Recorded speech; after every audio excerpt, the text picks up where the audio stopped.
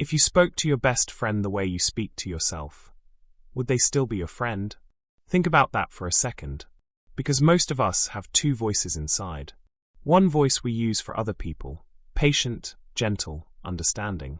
And another voice we use for ourselves, sharp, impatient, sometimes even cruel. When a friend fails, we say, "It's okay. You're learning." But when we fail, we say, "What's wrong with me?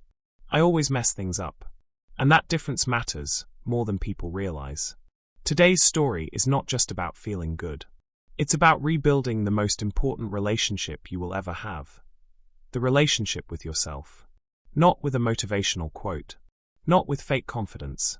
But with real, practical steps you can use in daily life. By the end of this video, you'll know exactly how to rebuild self-love.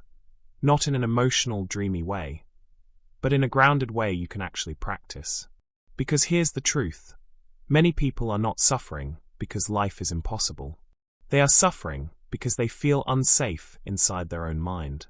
You can have a good job, good friends, even a loving partner. But if the person living in your head is always disappointed in you, you will never feel at peace. And that's why self-love is not a nice extra. It's the foundation. Let's reframe what self-love really is. Self-love is not ego. It's not thinking you're better than others. It's not ignoring your flaws and saying, "I'm perfect." And it's definitely not laziness. Real self-love is emotional loyalty to yourself. It's the promise that says, "No matter what happens, I will not abandon myself." Because many of us are doing something quietly painful. We keep chasing love from others, while abandoning our own hearts. We say yes when we mean no, just to keep someone close. We laugh in public while we're breaking inside. We accept disrespect because we're scared of being alone. We overwork to prove we're worth something. We shrink to fit into places that were never meant for us. And then we wonder why we feel empty. That emptiness often comes from one thing: self-abandonment. Self-abandonment is when you leave yourself to be accepted. Self-commitment is when you stay with yourself, even if others don't. It looks like this. Self-abandonment says, "If I'm not perfect, I don't deserve love." Self-commitment says, "I can improve, but I still deserve kindness." Self-abandonment says, "If they leave me, I'm nothing." Self-commitment says, "If they leave, it will hurt, but I will still be here." Now here's an important piece of science, explained simply. Your brain has something called a negativity bias. It means your mind naturally notices problems more than progress. It remembers the one rude comment more than the 10 kind ones. It focuses on one mistake more than 5 wins. Not because you are weak, because your brain is built for survival, not happiness. So if you don't train your mind will automatically scan for what's wrong with you. That's why self-love is not just a feeling. It's a practice. It's mental training. And your past plays a role too. If you grew up feeling like love was conditional, like you were only praised when you achieved something, only noticed when you behaved, only valued when you helped others, then as an adult, you may still feel like you have to earn your worth. That's attachment. Some people learn, "I am loved just because I exist." Other people learn, "I am loved when I perform." And if you learn the second one, self-love can feel unfamiliar at first. Because kindness toward yourself feels like you're doing something wrong, even when it's exactly what you need. This is where self-compassion comes in, not as a soft, weak idea, but as a strong one. Self-compassion simply means you treat yourself like a human, not like a machine. When you struggle, you don't shame yourself. You support yourself. When you fall, you don't insult yourself. You guide yourself. Because the goal is not to become someone who never breaks. The goal is to become someone who never abandons themselves when they break. So as we move forward, keep this in your mind. If you don't rebuild the way you speak to yourself, nothing outside will ever feel secure. And now, let's go deeper, into the inner voice that has been shaping your life every day, without you noticing. One of the most powerful forces shaping your life is something most people never consciously notice: the voice inside your head. It speaks all day, quietly, constantly, sometimes encouraging, but very often critical. "You should have done better. That was embarrassing. Why did you say that? You're not good enough yet. At first, these thoughts seem harmless. Just reactions. Just opinions. But over time, they become something much more powerful. They become programming. Your brain is designed to learn through repetition. This ability is called neuroplasticity. It means the brain rewires itself based on what it hears and experiences most often. The thoughts you repeat become the pathways your brain travels automatically. So if your inner voice constantly says, "I'm terrible at this," your brain begins to treat that statement as truth. Not because it is objectively true, but because it has been repeated enough times to feel familiar. This is why the way you speak to yourself matters so much. Now, there is an important difference we need to understand. The difference between self-criticism and constructive accountability. Constructive accountability says, "I made a mistake. Let me understand it, so I can improve." Self-criticism says, "I made a mistake. That proves there is something wrong with me." One leads to growth. The other leads to shame. And shame is a terrible teacher. It doesn't motivate progress. It freezes it. So how do you start changing your inner voice? Here is a simple but powerful mental tool called the catch, challenge, change method. First, catch the thought. Notice when your mind says something harsh or absolute. For example, "I always mess things up." Second, challenge the thought. Ask yourself, is this actually true, or is this just my mind reacting emotionally? Third, change the thought. Replace it with something more accurate and constructive. Instead of, "I always mess things up," you might say, "I made a mistake this time, and I can learn from it." This isn't about lying to yourself with fake positivity. It's about correcting exaggerated narratives your brain creates when emotions run high. Over time, this small shift changes the way your brain interprets experiences. But the inner voice is not only shaped by daily thoughts. It is also shaped by something deeper, guilt. Many people carry guilt quietly for years. They remember things they regret, words they wish they hadn't said, opportunities they missed, people they hurt, decisions that changed the course of their life. And they replay those memories again and again like a punishment. But here is an important psychological distinction that can change everything. The difference between guilt and shame. Guilt says, "I did something wrong." Shame says, "I am something wrong." Guilt can be useful. It can guide us to take responsibility, apologize, and grow. But shame is destructive. It turns a mistake into an identity. And when someone starts believing they are the mistake, something dangerous happens. They begin to sabotage themselves. They avoid opportunities because they don't feel worthy. They push away good relationships because they believe they will ruin them anyway. They stop trying because deep down they feel like failure is inevitable. Chronic guilt quietly builds a life that matches the story someone believes about themselves. This is why forgiveness is not weakness. It is emotional freedom. Forgiving yourself does not mean pretending the past didn't happen. It means accepting what happened, learning from it, and refusing to carry the punishment forever. Because you cannot become a healthier version of yourself while constantly attacking the person you used to be. And that leads to another quiet trap many people fall into, living as their past self. Psychologists sometimes call this identity lag. Your life may have changed. You may have learned new skills, gained new insight, grown emotionally. But your internal identity is still frozen in an old chapter.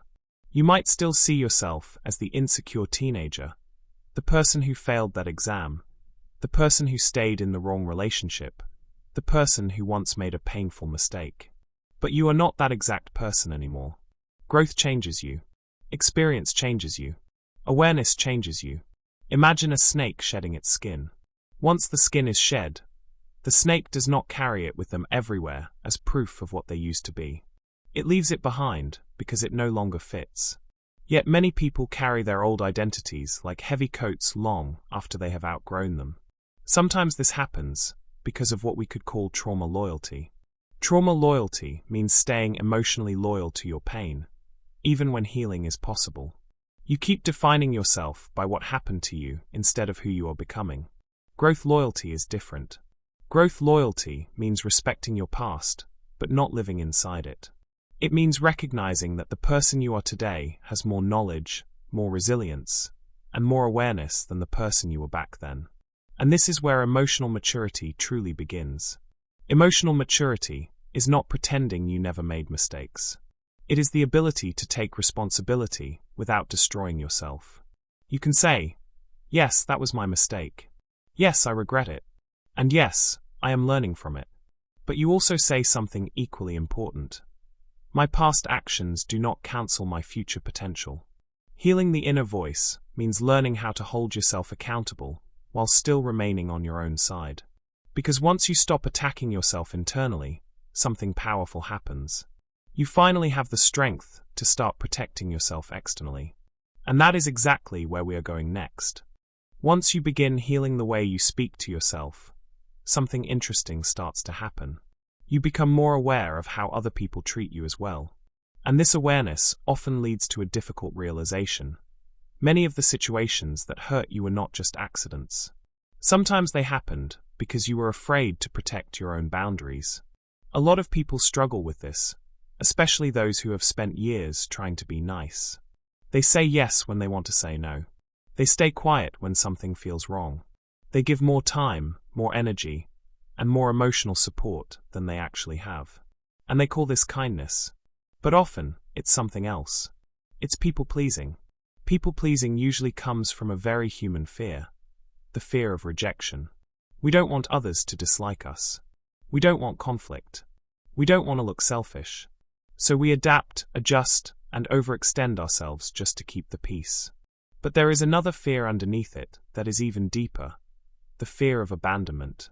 For many people, saying no feels dangerous because somewhere inside they learned that love could disappear. So their nervous system tries to keep relationships safe by being agreeable, helpful, and non-threatening at all times. Psychologists sometimes call this the fawn response. It's one of the ways the nervous system reacts to stress.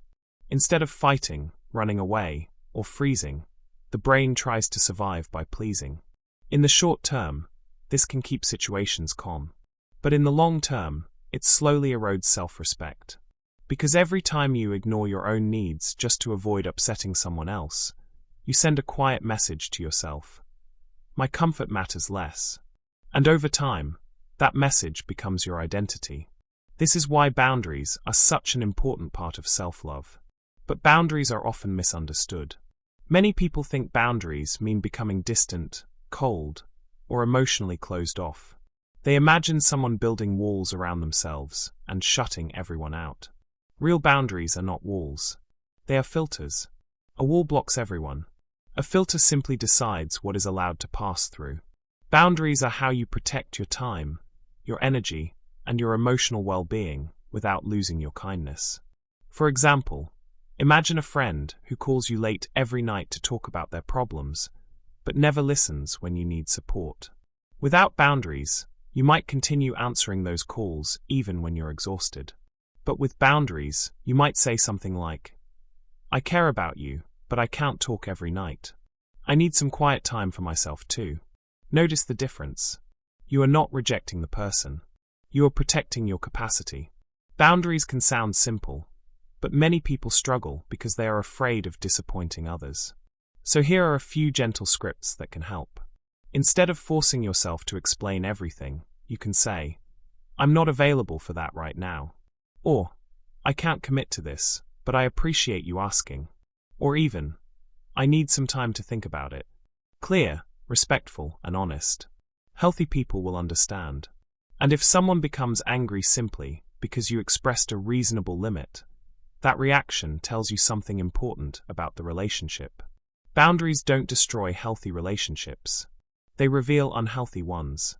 Another challenge people face today is the constant pressure of external validation. We live in a world where approval is measured in likes, views, comments, and followers. Every notification gives the brain a small burst of dopamine, the chemical linked to reward and pleasure. This creates what scientists call a dopamine loop. The brain begins craving the next signal of approval, the next moment of attention.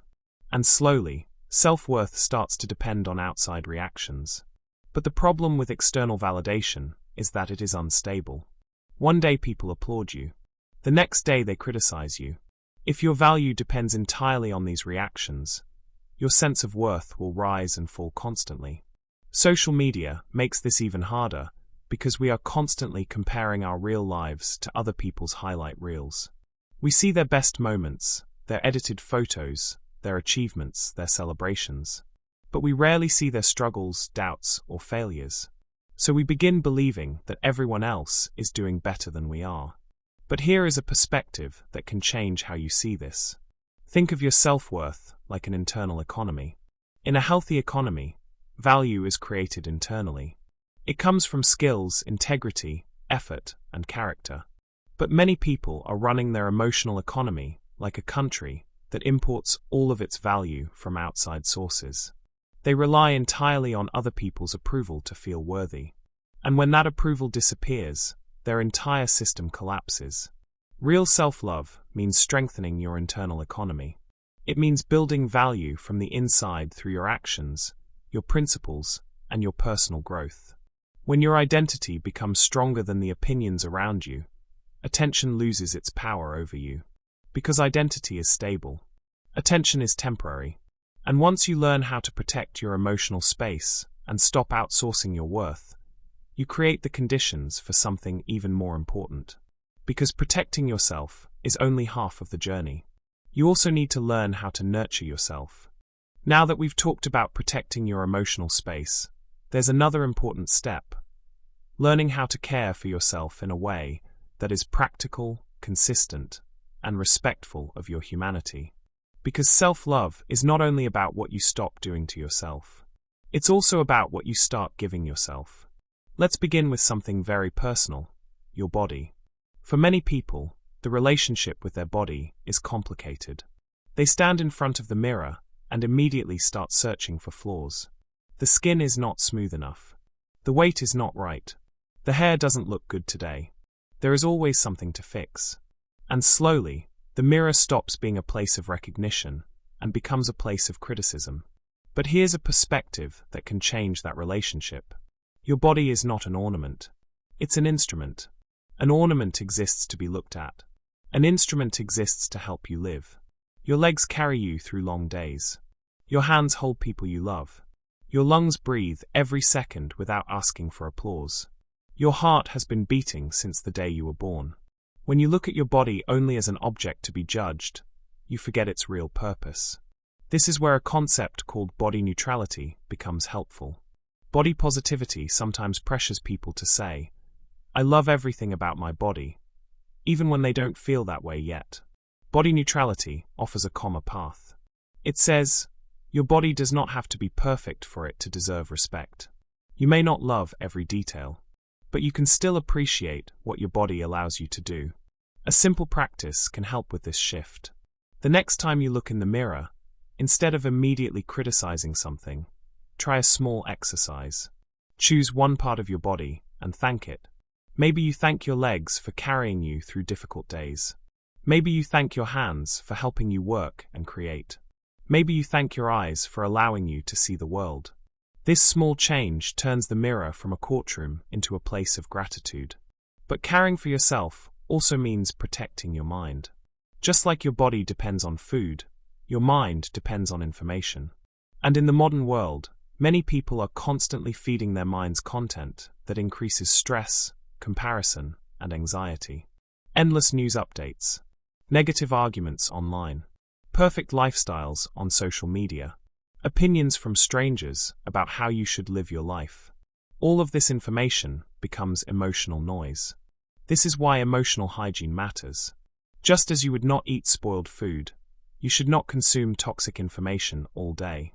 One helpful habit is something called information fasting.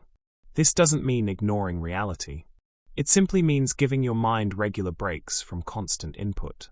Instead of checking your phone immediately after waking up, give yourself a few minutes of quiet. Let your mind wake up before the world starts talking to you.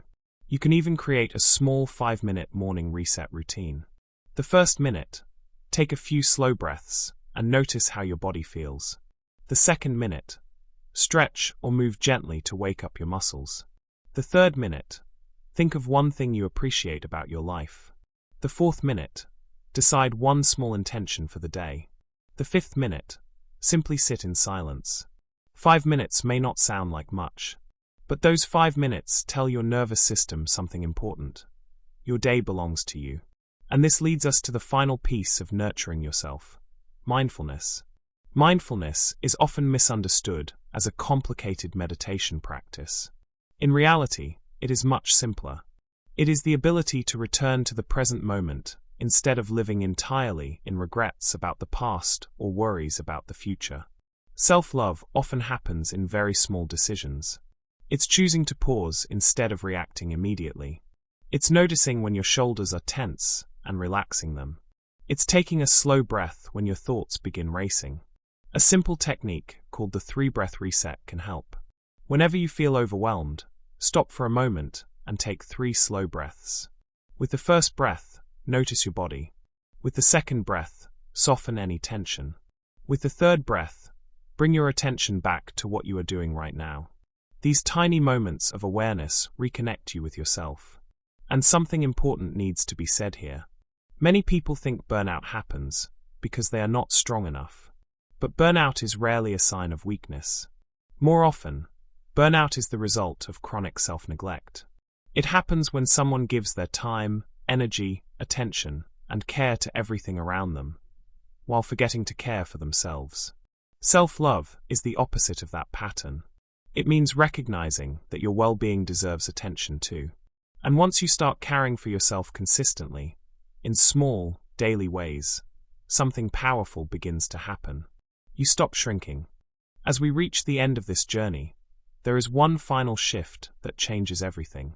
It is the shift from wishing for self-love to becoming someone who practices it. Many people say, "I want to love myself more," but that sentence keeps self-love somewhere in the future. It sounds like a goal you might reach one day, after you improve enough, achieve enough, or fix enough things about yourself. But real change begins when the sentence becomes part of your identity. Instead of saying, "I want to love myself," you begin saying something different. "I am someone who treats myself with respect." That small change in language changes the direction of your actions. When respect becomes part of your identity, your decisions slowly begin to align with it. You start protecting your energy. You start choosing environments that support your growth. You start speaking to yourself with patience instead of punishment. Identity is powerful because behavior follows identity. When you believe you are the kind of person who values yourself, you begin acting like that person more often. And this leads to another important realization. Many people are not lacking potential. They are hiding from it. Deep down, many of us carry dreams, ideas, and talents that we rarely show the world. Sometimes we say it's because we're afraid of failing, but often the deeper fear is something else. It's the fear of being seen. Being visible means risking criticism. It means allowing others to judge your work, your voice, your opinions, your imperfections. And that vulnerability can feel uncomfortable. So some people stay small. They delay their goals. They wait for perfect confidence before they begin. But growth rarely happens in hiding. Growth requires visibility. It requires the courage to show up imperfectly, to try, to learn, and to continue anyway. And courage doesn't have to be dramatic. Most of the time, courage looks very simple. It might be sharing an idea you've been afraid to express. It might be starting a new habit that improves your health. It might be practicing English out loud, even when you feel shy about your accent. It might be setting a boundary that protects your time. These small actions are daily acts of self-respect. Because self-love is not just a feeling. In many ways, self-love is discipline in disguise. It's the discipline to listen to your needs instead of ignoring them. The discipline to pause before reacting when emotions are high. The discipline to continue growing even when progress feels slow. If you want a simple framework to guide you, remember 3 long-term rules. First, pause before reacting. Not every emotion needs an immediate response. Giving yourself a moment to breathe protects your relationships and your peace. Second, do one courageous thing each day. It doesn't have to be big. Just one action that moves you slightly outside your comfort zone. Third, improve 1% each week. Small improvements compound over time in ways we often underestimate. And remember something important. Self-love is not about becoming superior to others. It is not about ego or pride. Self-love is about stability. It is about not being easily manipulated by other people's opinions. It is about not collapsing emotionally because of small setbacks. It is about not ruining your future because of impulsive reactions in difficult moments. It is the quiet strength of someone who knows their worth does not disappear when life becomes difficult. If this message helped you reflect today, stay connected with us here at Inspire English Stories. Like this video if you choose growth over self-doubt. And in the comments, write one sentence. One way I'm rebuilding self-respect is ____. Your words might inspire someone else who is also trying to rebuild their relationship with themselves.